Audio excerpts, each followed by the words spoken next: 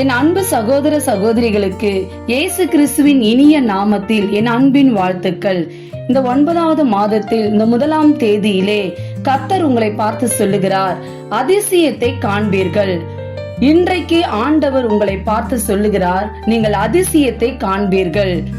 ஆம், எது அதிசயம் என்று நீங்கள் நினைக்கலாம்.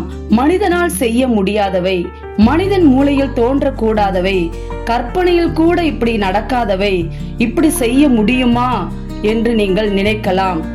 அப்படி பிரமித்து பேசும்படி செய்வதுதான் அதிசயம்.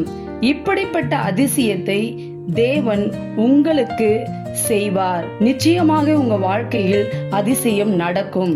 மீகா 7:15 நாம் இப்படி வாசிக்கிறோம், எகிப்தில் நடந்தது போலவே உன்னை அதிசயங்களை காண பண்ணுவேன். உங்களுக்கு ஆண்டவர் எதிலே அதிசயம் செய்ய வேண்டும்? எந்த காரியத்திலே அவர் உங்களுக்கு அதிசயம் செய்ய வேண்டும்? பொருளாதாரத்தில் உங்களுக்கு அதிசயம் செய்வார், தொழிலில் பிசினஸில் அதிசயம் செய்வார், வியாதியில் பலவீனத்தில் உங்களுக்கு அதிசயம் செய்வார். பிள்ளைகளுடைய திருமண காரியமா? நிச்சயமாகவே அதிசயத்தை அவர் செய்வார். நிலம் வாங்குவதில், வீடு கட்டுவதில் உங்களுக்கு அதிசயம் நடக்க வேண்டுமா? கர்த்தர் நிச்சயமாகவே உங்களுக்கு அதிசயத்தை செய்வார். உங்கள் கோர்ட் கேஸ் விஷயத்தில் அதிசயம் நடக்க வேண்டுமா? அதிசயத்தை ஆண்டவர் செய்வார். விசுவாசியுங்கள், நிச்சயமாய் கர்த்தர் உங்களுடைய வாழ்க்கையில் அதிசயத்தை செய்வார்.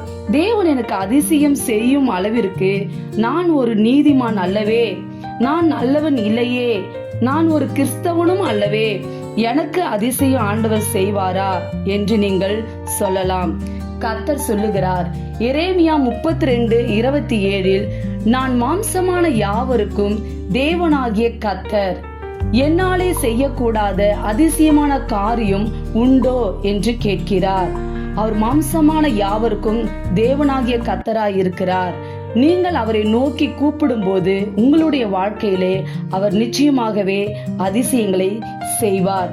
இன்னொரு வசனத்தை நம்ம வாசிக்கலாம். சங்கீதம் 65:2, ஜபத்தை கேட்கிறவரே, மாம்சமான யாவரும் உம்மிடத்தில் வருவார்கள் என்று அவர் சொல்லி இருக்கிறார். ஜபத்தை அவர் கேட்கிற தேவனாய் இருக்கிறார். நீங்கள் அவரை நோக்கி ஜெபிக்கும் போது நிச்சயமாகவே உங்களுடைய ஜபத்தை அவர் கேட்டு உங்களுடைய வாழ்க்கையிலே அவர் அதிசயங்களை செய்ய வல்லவராய் இருக்கிறார். சங்கீதம் 107:31 நாம் வாசிக்கிறோம், கிருபையின் நிமித்தம் மனுபுத்திரருக்கு அவர் அதிசயங்களை செய்கிறார். அவர் கிருபையானவர், கிருபை நிறைந்தவர், கிருபையாய் நமக்குள் வாழ்பவர். உங்களுக்கு கட்டாயம் அதிசயங்களை செய்ய போகிறார். இப்பொழுதே அவர் கிருபையை உங்கள் மேல் வைத்து உங்களுக்கு அதிசயத்தை செய்வார். நீங்கள் விசுவாசத்தோடு அவரை நோக்கி ஜெபியுங்கள். அன்பின் பிதாவே, இரட்சகர் இயேசுவின் நாமத்தினாலே அப்பா, உம்மை நோக்கி நான் பார்க்கிறேன். மீகா 7:15 படி அதிசயத்தை காண பண்ணுவேன் என்று சொன்னீரே. உம்முடைய வார்த்தையின்படி இந்த செய்தியை கேட்கிற ஒவ்வொருவருடைய தனிப்பட்ட வாழ்விலும், குடும்பத்திலும், தொழிலிலும், வேலையிலும் நீர் அவர்களுக்கு நன்மையான காரியங்களை செய்வீராக, அதிசயங்களை செய்வீராக. நன்மையினால் அவர்களை நிரப்பி அவர்களை ஆசீர்வதிப்பீராக. உடைய வாழ்க்கையில அதிசயங்கள் நடக்க கூடாதபடிக்கு இருக்கிற எல்லா தடைகளையும் கர்த்தர் நீக்கி போடுவீராக. உடைய பிள்ளைகளை ஆசீர்வதித்தருளும், பெரிய காரியங்களை செய்யும். இயேசு கிறிஸ்துவின் நாமத்தினாலே ஜெபிக்கிறேன் ஜீவனுள்ள நல்ல பிதாவே, ஆமென்.